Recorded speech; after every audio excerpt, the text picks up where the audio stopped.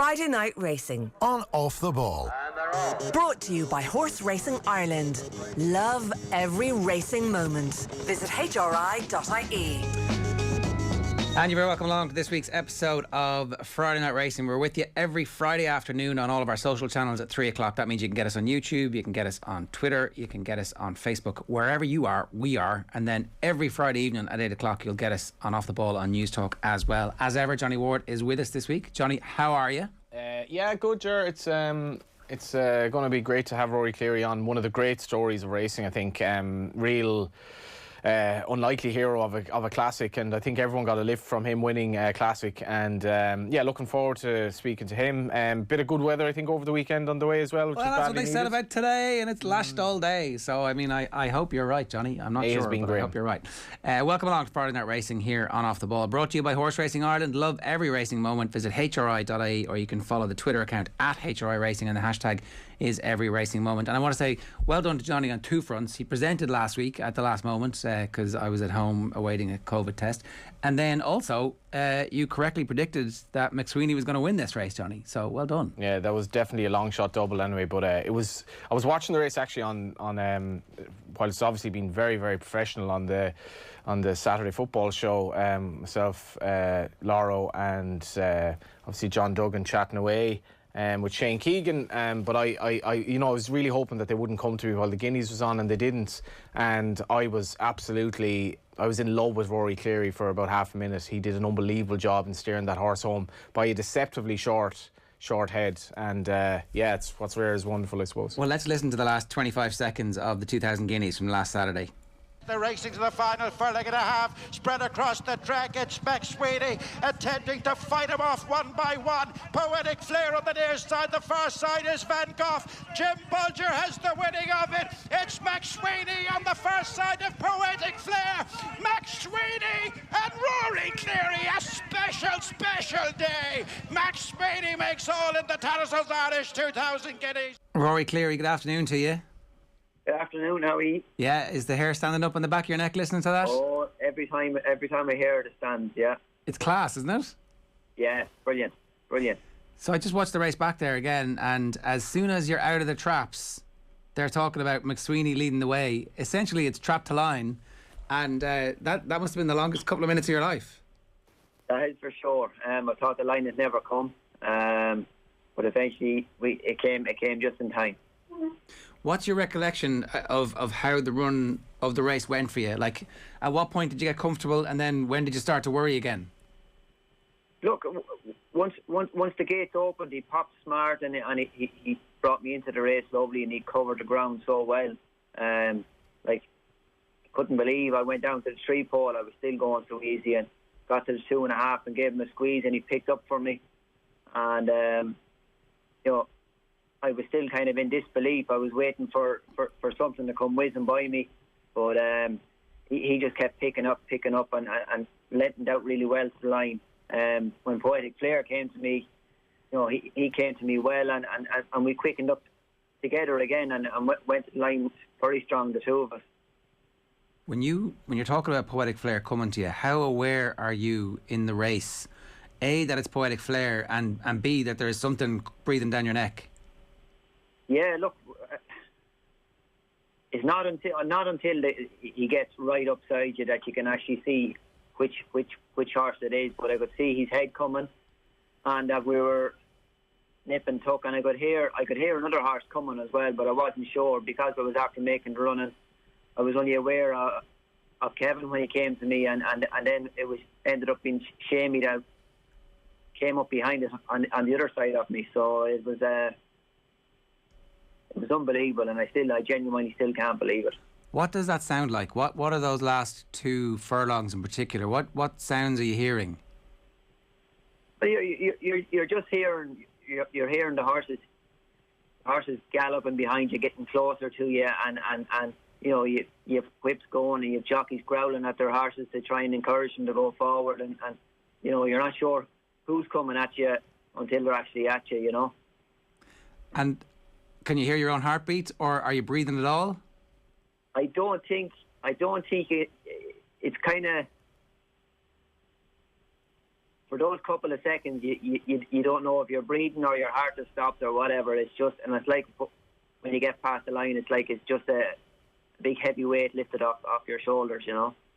I suppose if you're known for a particular trait as a jockey, Rory, maybe this is somewhat through riding for Jim and maybe riding for Damien English and down the years and so forth, your front running style would be well known.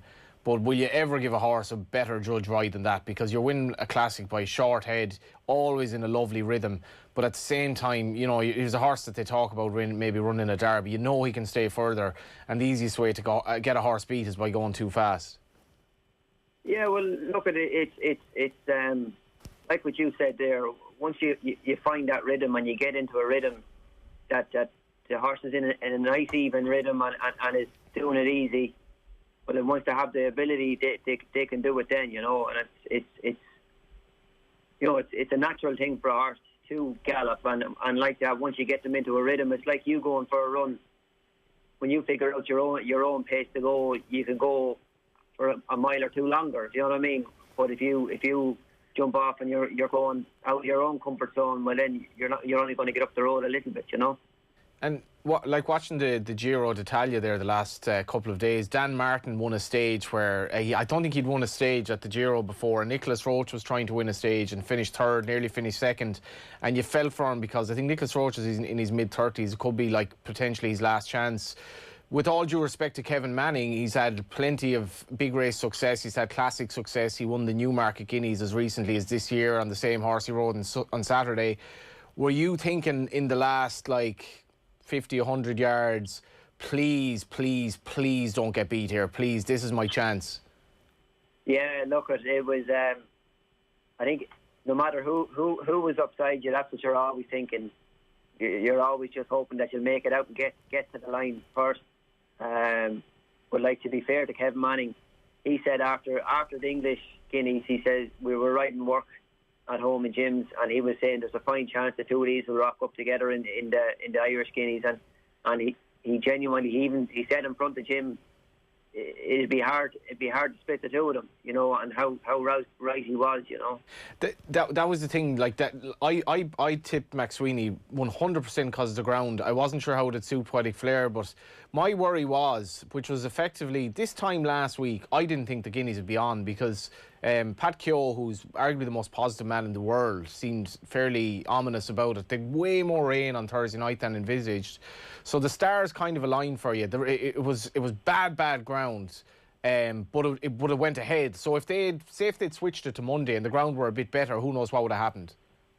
Yeah, well, look, it's funny enough that you said that. Yeah, we'd a lot of rain on the Thursday night and through Friday, and I walked the track on Friday, and there was the Curley staff and Pat Keogh and the whole lot, they did an unbelievable job to get that meeting ahead, because there was in places there was water lying on the track and they were draining it off but like that, the track still rode unbelievably well the next day on Saturday. Like the ground, like you'll even see the first couple of races, they weren't leaving a whole lot of a print in the ground. The ground was still very tight and it held up really well. Like, you wouldn't have called it any worse than soft on Saturday, but it was a little bit worse on the Sunday, all right. But it's just, I think that everywhere was so dry up until then that the rain probably just flowed off the track a bit, you know.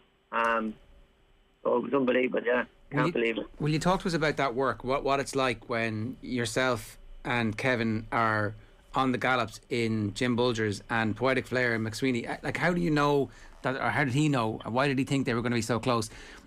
Is there a little bit of, do you race a little bit for a furlong here and there in the middle of the gallops just to kind of get them out and see what they would be like? Is that the level of work, the level of speed that you get up to? It's like the work at home. Like they would have never worked together, Poetic Flair or Mac Swiney. But to work at home, like Kevin would know all the horses inside out, along with myself and even some of the other lads in the yard, like Luke McAteer and Willie Byrne, and you have Gordon Power there as well, which is he's a huge asset to the yard as well. But Kevin would have ridden the Mac Swiney and Poetic Flair most of their work, and he genuinely said if the two of these rock up in the Irish Guineas, it'll be very hard to split them. And how right he was, because I couldn't have predicted it, but like I did, I was nervous, quietly nervous going to ride him, because his work had been very good. Kevin rode him earlier on in the week before the Guineas, and I rode another horse and I led him in his piece of work, and he quickened up really well and worked really well. And Kevin was delighted with him, and he just says he's definitely back to himself and ready to go. I was going to say you couldn't have predicted it, but like certainly it sounds like Kevin was willing to predict it, which meant that there must have been a little bit of pressure, because obviously you're on a horse that is the equivalent of a Guineas winner in England on Poetic Flair, so there must have been a fair bit of expectation that this was a big opportunity for you. Yeah, look, it was. Yeah, there was a little bit of pressure on me, but I think it was mostly from myself. Like the boss was unbelievable. Like the instructions he gave me and everything. There was no pressure from him or Kevin. I think the fact that Poetic Flair was in the race, I think he took the pressure off me anyway, if you know what I mean. But it's just unbelievable. Like for the likes of me to even get a ride in a classic is a big thing for me.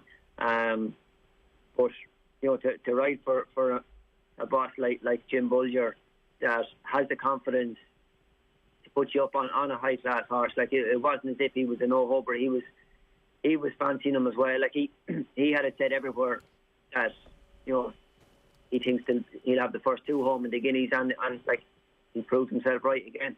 I don't know if you watched the Friends reunion thing last night, Ger. A bit of it, yeah, I saw a bit of it. What struck you most about it? Well, the ageing process has been kind to some people and unkind to others. They look like mannequins, do they not? I mean, do we like people make choices in their lives, and sometimes they're wrong choices. I'm not gonna sit here and criticise. There's a spurious point to be made here. Go on, make the spurious point about aging with grace, right? So Jim Bolger turns 80. Predictably enough, he's born Christmas Day, isn't he? I'm looking at this, just confirmed. So he is kind of a Christ-like figure in some respects, but he's 80 years of age this year.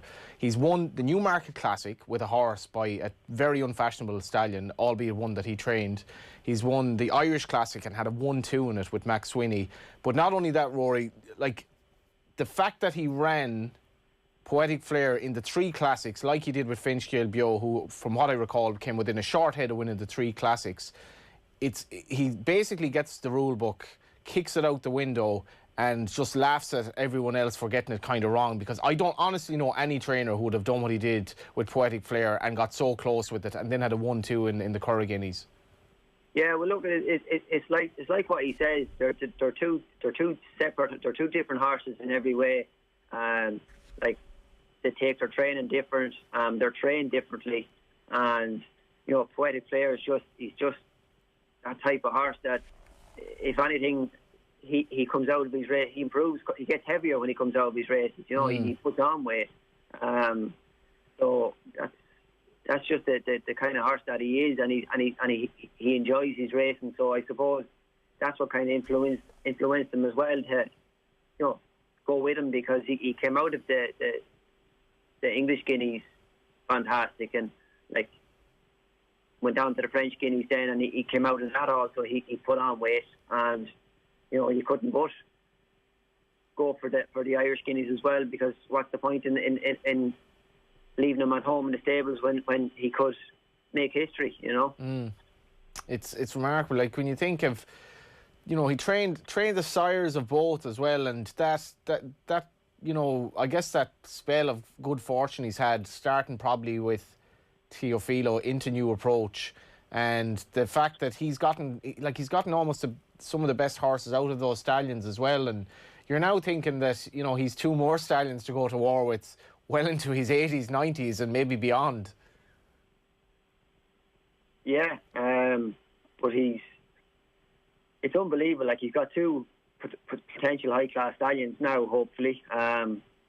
So he's got all the mares and the lads in the stud are always busy. So it's going to be exciting, to see what's going to happen over the next couple of years. So it's great to be able to say that we were a part of it as well, you know. Yeah, and a big part of it as well. Our guest this Friday on Friday Night Racing is Rory Cleary, who just last week won the 2,000 Guineas on Mac Swiney.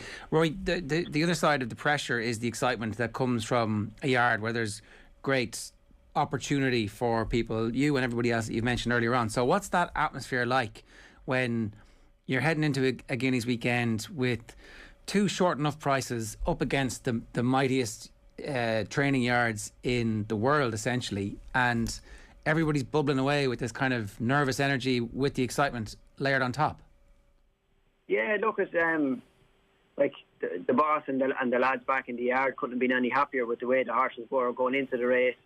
I think, you know, everyone was kind of nervous and just, you know, hoping things go smooth and that the horses get to the race course in good form and things like that. So and then the pressure was kind of moved on to the jockey then, because, you know, the jockey is the person that's in charge. Then once them gates open, it's up to the horse and the jockey, and you know, every jockey just hopes everything happens nice and smooth and easy and you know, because it is very marginal between doing things right and maybe making a slight mistake or even saying after, well, maybe if I did this or did that. But, you know, in my case, it worked out perfect and I couldn't be happier, and it was just, you know, unbelievable. How long are you with Jim?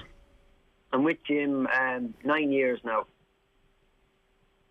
And in terms of this being a turning point or an important victory, is it a one-off, Rory, do you think, or is it like a big leap forward in terms of your own ambitions as a jockey? Or what difference will this make to you, do you think?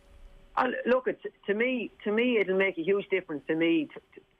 Mightn't for my career, but just to be able to say that you've ridden in one of them big races, you've won an Irish Classic. It's just, you know, there's a lot of high class jockeys out there that don't have that to their name. That, you know, and they might never ride a Classic winner, but like for me to say that I've ridden a Classic winner is just, you know, it's I'm in the history book now, and it's, you know, I'm very proud of it, and it's, you know, it's kind of hard to explain, but it's just, you know, you're driving up and down the country every day going racing, and you might be lucky to have one ride or two rides or whatever, and, you know, it's a bit frustrating because it's kind of hard to motivate yourself to go racing every day.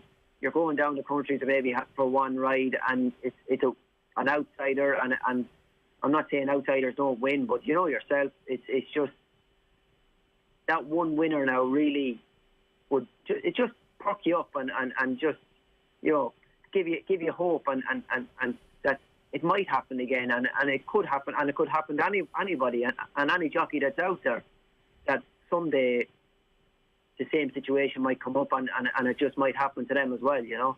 I guess it gives you the confidence too that you're as good as anybody else in the race, that you had an opportunity to win, you took it, you gave the horse the perfect ride. It gives you confidence to say that it's happened already and it could happen again. But if you don't have the horse, no matter how good a jockey you are, if you don't have the horse, you know, it's the horse that really does it all for you. And it's just that the jockey gets all the praise, but in fact, the horse makes it so easy for you. If things happen right and you're on the right horse, it makes it all very easy. I want to interject there because I think you're playing it down a bit in that, and I'm not a jockey, but to my mind, you know, there's far too much emphasis on getting strength in a finish and he's strong as an ox or she's great in a finish, yada yada. Where I think it's like it's pace judgment that matters. When I don't know what the wind conditions were at the Curragh or whatever, but I honestly don't think, like, is that as good a ride as you've given a horse? And I'm not saying that because it was a classic, and you can watch the replay of that race a million times and you'll enjoy it in every level, but you still had to get it spot on and you won by a short head.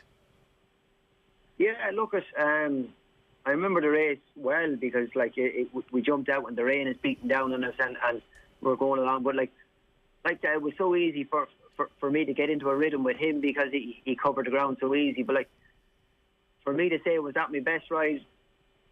Look, everybody would say, yeah, but maybe it wasn't. Like, there's a lot of them 47 to 65 handicaps out there that I would have given far better rides and far better judged rides, if you know what I mean. And you know, would never get praise for it. I think it was just the fact that it happened in the Classic that, you know, I'm getting all the praise. But for me, I think that race definitely was all down to the horse, really. Well, you know, and I was just lucky enough to partner him, you know. You're completely wrong on that anyway. But I think I'd put it another way. No jockey could have given that horse a better ride than that, in my view, because I know, like... I suppose that's the point, isn't it? And that must give you incredible confidence. I'm not saying Rory's Pat Smullen or Declan McDonough or Colin Keane or whatever. No, you know, better than them. Yeah, absolutely better than them. And, you know, they completely agree with that as well. Colin Keane, obviously, then, and I mentioned Shamie Heffernan, you were just saying this earlier, the 3 like classic winners of last weekend, like 3 of the proper good lads in the weighing room. But just in terms of good lads, I was reflecting this today with a sense of amazement, really, that it's 18 years, I think, this year since your brother Sean passed away, and that was that horrible year in 2003 where he lost the 3 jockeys in Ireland. But in the context of that, and also your father Tom being a trainer in the Midlands, who's without a doubt one of the most popular trainers in the game as well, what did this mean to your family? It meant everything, really, you know. I remember when Sean had his accident, I was only 16 and I was only starting out as an apprentice. I was on my 2nd season. And at that time, it was kind of hard to wonder, you know, for my family, like, I was thinking, should I stay going riding now, or should I maybe look for a different career? Because, you know, it really hit my family hard, and it hit me hard as well. But I just kept going, and I had great seasons. Then I had really bad seasons, and things got really tough. And to be fair, Davy Moore then decided he was kind of Jim Bolger's lightweight jockey at the time, and he decided to up and move to Canada, which was a great move for him. He's been very successful out there. And my agent Dave Keena approached me, and he says, there might be an opening there. What do you think? Should we approach Jim Bolger and see would he give you a job or whatever? And like that, we did. We approached him, and he took me on. And to be fair, I'd never looked back. He's been so good to me over the years. Like, even though I've had a few quiet seasons and things like that, but I've still ridden a lot of great winners for him in handicaps and even Group 3 level. But for him to give me the ride in the Guineas was just, even without winning, it was just the confidence he had of putting me on the horse, even if the horse didn't win. That even made my family proud, because for a trainer like that, a high-class trainer like him, to have the faith in putting their son on one of his high-class horses was just brilliant. And I don't know, it made me proud because I was able to make my family proud, you know, and it's just an unbelievable feeling, and I love for every single jockey riding in the Wareham or riding wherever to be able to do the same thing, because the lift it has given me is just unbelievable. Like that, people say, oh, rock on to your next. If I never rode another classic winner, that day was just unbelievable, so special, very emotional, and I just got a great kick out of it. And all the jockeys came out to the parade ring and clapped me back in. And that was very special. I'm even getting emotional here now at the minute, but it was fantastic.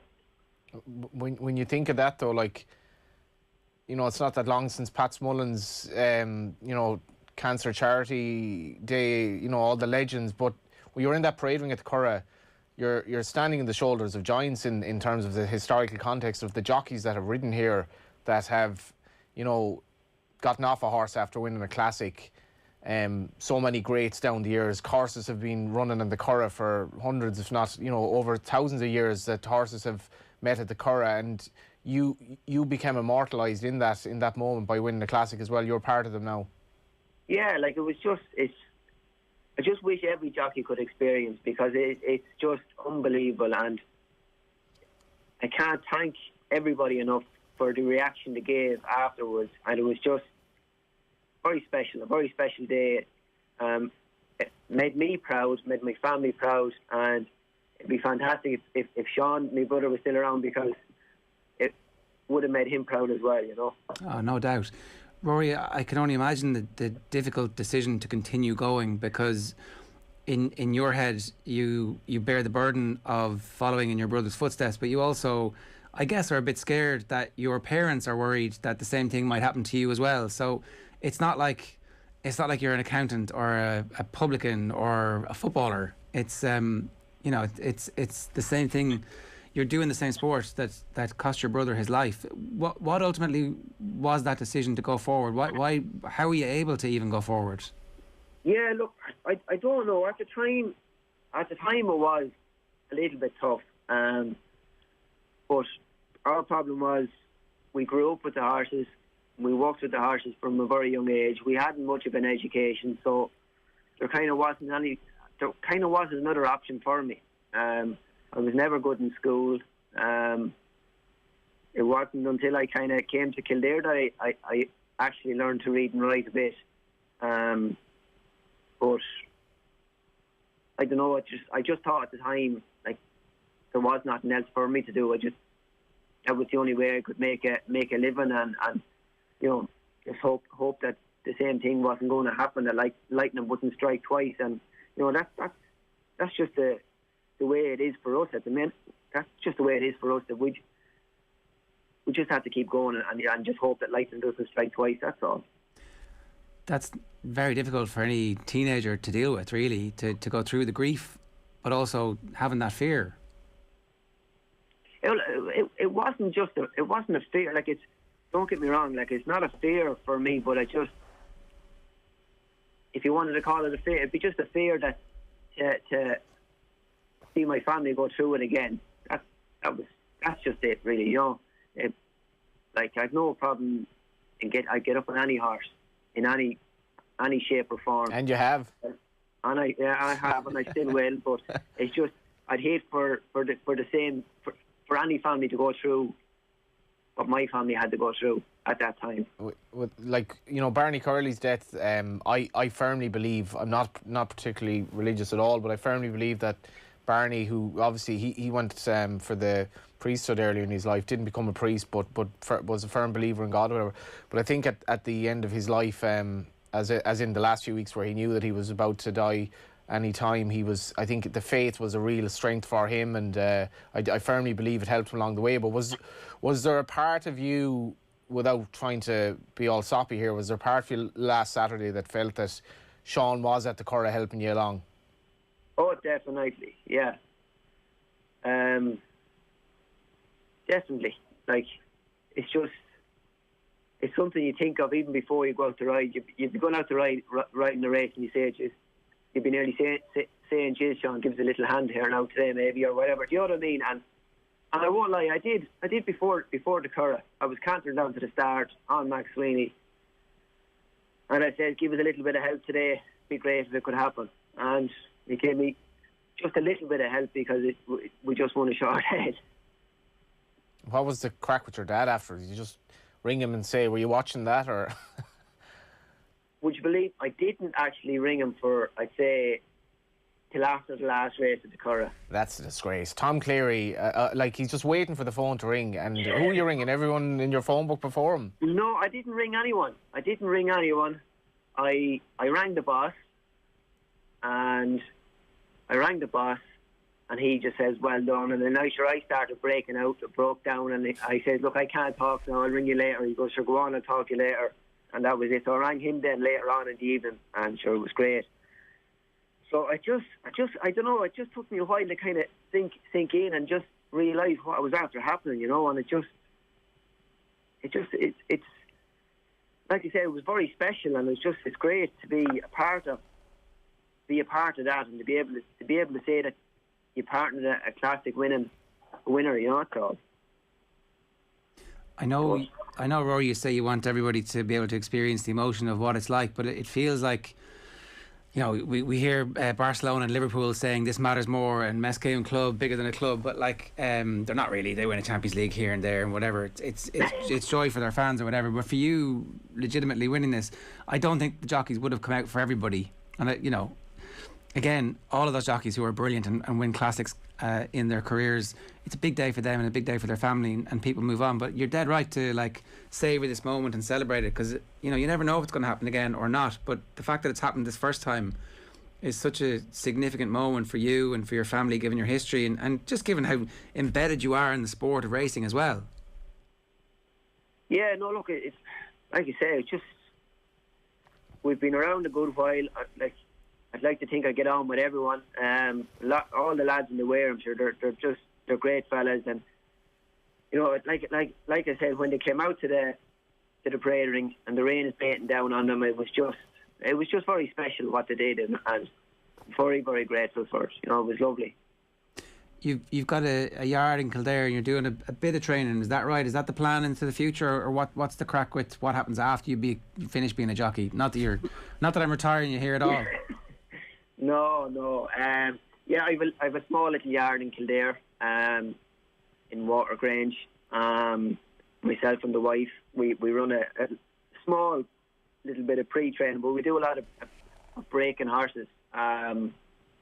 Mostly half-bred horses actually, that'll go on eventing or show jumping, and a lot of them have been successful. But I do like to train a few, pre-train a few for Dad and a couple of other people, and I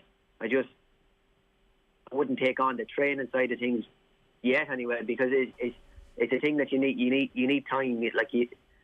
With me, there might be a day that you might miss, and you mightn't just get to do what you need to then kind of work with the horses that you need to do, and because I'd be going racing and things like that. So, you know, in time, a long time down the road, I would like to maybe take up training on a small scale, and give it a go and see, because I've been in a few yards now, and like I'd like to think I have a little idea of what's needed and what's needed to be done. So, you know, maybe in the future I would take on a little bit of training. We'll see. I love the idea of a trainer starting out. I think, and I speak on Ger's behalf here, he'd like me to add that the off the ball lads will go into a horse with you down the line, one of your first horses, and as long as you wine and dine us and Mrs. gives us a nice breakfast when we call. As long as you've mucked out a few stables, we'll give you a breakfast. Ger's all up for that as well. Yeah.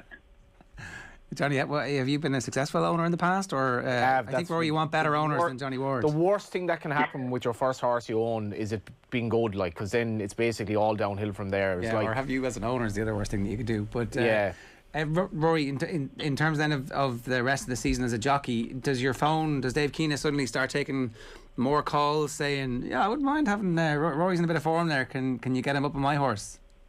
Sure, look, we'll see. It's kind of too soon to see, but look, we'll see what happens, and we'll take it. We'll take any ride that comes, and sure, hopefully we can get going a bit better now and see what happens, and you know, and try and ride a winner over hers as well for Daddy. So we'll see what happens there as well. That's the other thing. You've, I think it's only in the last 18 months, 2 years that you've done some national hunt jockeying. Is that right? Yeah, just over this winter. I had a few rides over hers. Enjoyed it. It was kind of only for, you know, a little bit of crack at the start, but I enjoyed it, and I would like to give it a go. Like the jump jockeys are unbelievable. Like what they have to go through is now that's tough.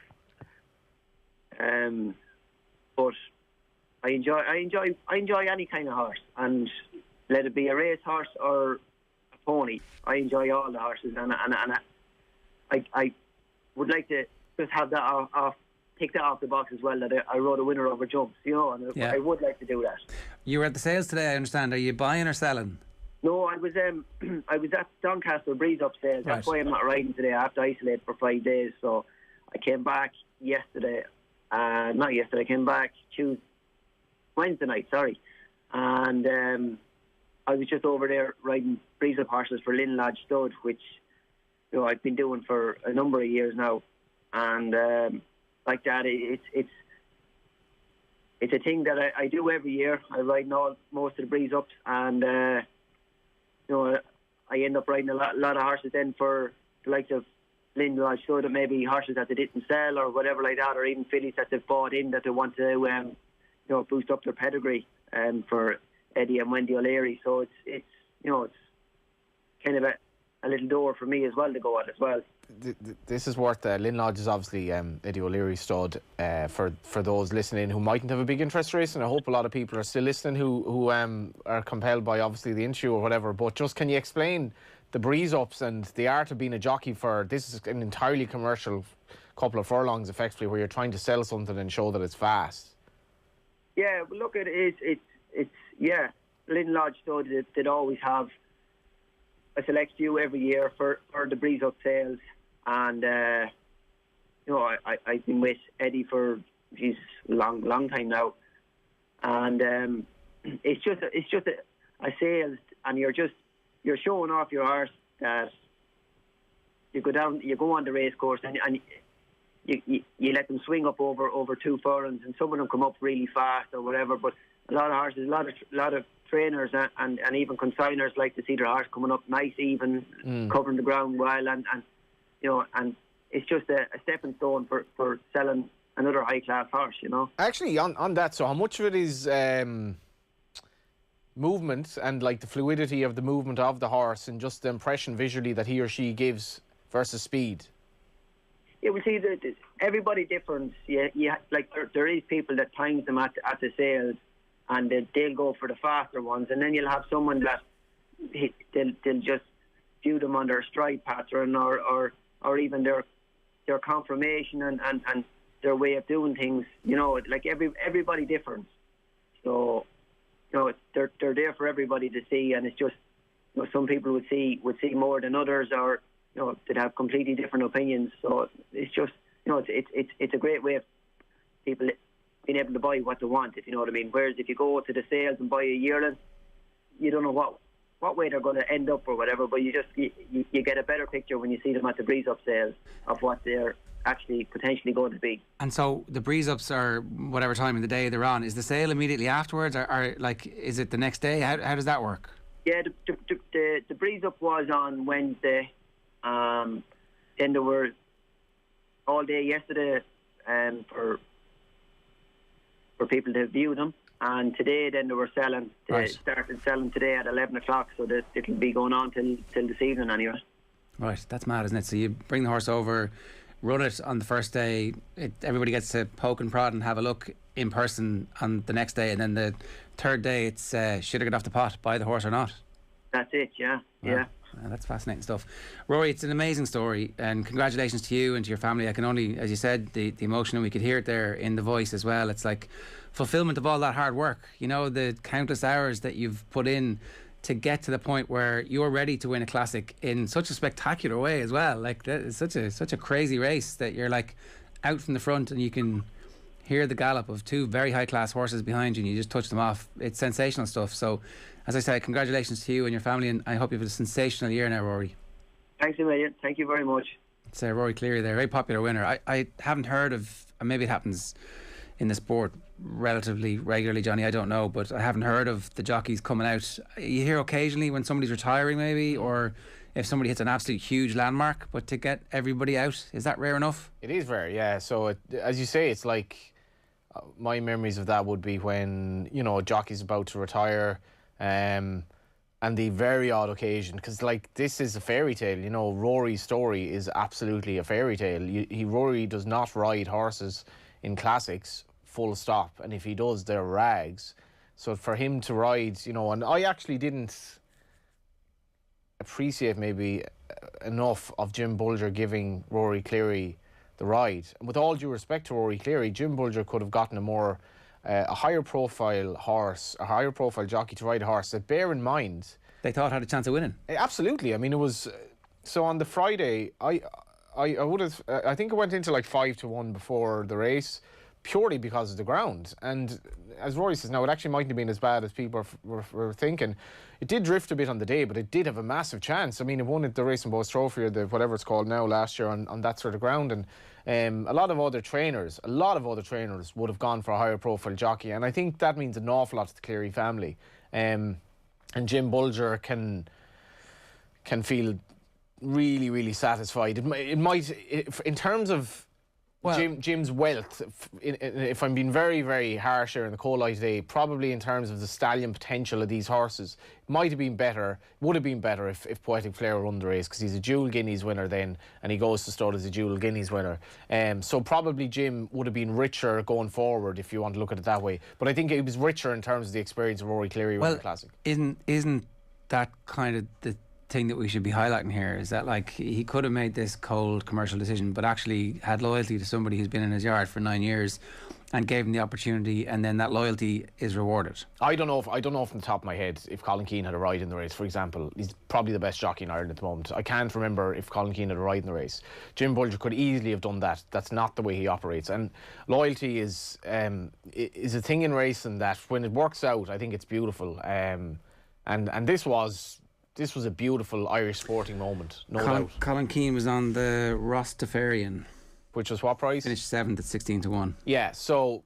For Hugo Palmer. So easily could have picked, just for example, like, I'm not saying Jim Bolger books Colin Keane. Sure, but... He could have easily gotten a jockey. Like, you're putting Rory Cleary on a horse. Rory Cleary does not have much experience of riding horses in classics, and let alone horses with a big chance. So, like, if Mac Swiney went too fast there, or if he were the best horse in the race and he were beat, people would say, oh, why did he put Rory Cleary on? Why did he get a bigger name jockey? And it turns out it couldn't have worked out better. He gave the horse an absolute. I genuinely believe that he did play it down there. The horse. It's a lot easier to ride a horse that gets into a rhythm. But the pace, he won by a short head over a mile. That's after going over a mile. Yeah, and like I was watching it, and I, like from the get-go, I was like, this couldn't be going better. He wasn't really pestered up front, but there's an art to getting it right, and it's so easy to get it wrong on a horse that stays further. And it's all about pace, and you're looking at races day in day out where horses basically go to the front too soon and they get tired. And if you go 6 furlong pace in a mile race, you're essentially not going to win. He could have done that, he didn't. And the horse, as much as the horse was game, and maybe Poetic Flare ran about a bit as well, I think that was a brilliant ride by Rory Cleary. And he'll go to his grave saying, I won a classic for Jim Bolger by a short head, and I couldn't have done a better job. Like, I was asking that question about the phone ringing. Presumably other trainers are out there and other owners are out there going, that guy just won that really, really well. He's in his early 30s, obviously has a lot of experience of being around some incredibly high quality horses. Why aren't we giving him an opportunity more often? Am I wrong about that? Like, it's obviously very competitive. It won't make a blind bit of difference. He won't get booked more often as a result of that. Because he's in an environment in which we're basically world leaders in terms of racing, and our jockeys are top class. And if you can have Rory Cleary, or you can have a 5 or 7 pound claimer that you deem to be his equal, you go, and that's the cold reality of it. I don't think Rory will actually mind that so much. I think, as he says now, he could essentially retire a happy man, train a winner for off the ball, and just say, I won a classic. So I don't think he'll mind that too much. It might remind some people that Rory's available, but so are 100 other jockeys. All right. Friday Night Racing is brought to you by Horse Racing Ireland. You mentioned Barney Curley there. What is for people who don't know anything about Barney Curley, saw that he passed away this week, and he was kind of a legendary figure in the sport. What should they know a bit more about? Yeah, I mentioned there that 2003 was a real, really horrible year for Irish racing. We lost Kieran Kelly, we lost Sean Cleary, and we lost Timmy Houlihan. I don't want to forget Timmy Houlihan. I spoke to his parents after he passed away, and he's not forgotten as well. But that particular race in Galway was tragic. But out of that came the hope of Sean Cleary's family having winners and Rory winning a classic. So the show goes on. Pat Smullen passed away tragically young. With Barney Curley, it was the case of Barney had lived a full life. He was in his 80s, and you can accept it with much more grace that he lived a full life. And boy, did he live a full life. He just Google Barney Curley, the story of Yellow Sam.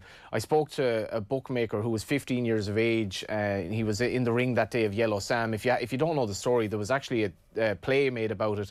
Barney got a horse to win in a desperate race at Bellewstown. He was deeply in debt at the time to Sean Graham bookmakers, probably including and others as well. He wanted people to back the horse for him at SP. Now, that's risky, because if you go into a betting shop in those days and put a few quid in the horse, the bookies will try to get the horse's price down so that the starting price is lower, so that in the event of a winning, they'll be paying a lot less. Their avenue to doing that was to ring the phone at the racecourse. So Barney had gotten one of his lieutenants, a burly man from the north. And bear in mind, this is in the mid-70s when you weren't apt to necessarily mess with a burly man with a northern accent. But he got him to go into the phone box, occupy it for half an hour or whatever it was before the race. So there was no line for the bookmakers to get through to the track. And anyone who basically tried to get to the phone box was probably somewhat intimidated by the burly man. And the bookmaker I was talking to during the week told me that there was actually supposed to be a fella monitoring the phone box on that day, but he had a mysterious bout of diarrhea and went AWOL. So anyway, the bookmaker's there beside Charlie Farrell, and Charlie Farrell, the Farrell family, Seamus Farrell, an absolute legend of the ring. Can't wait to go back, see him at the Dogs and have bets with him and Ted Hegarty and the lads again.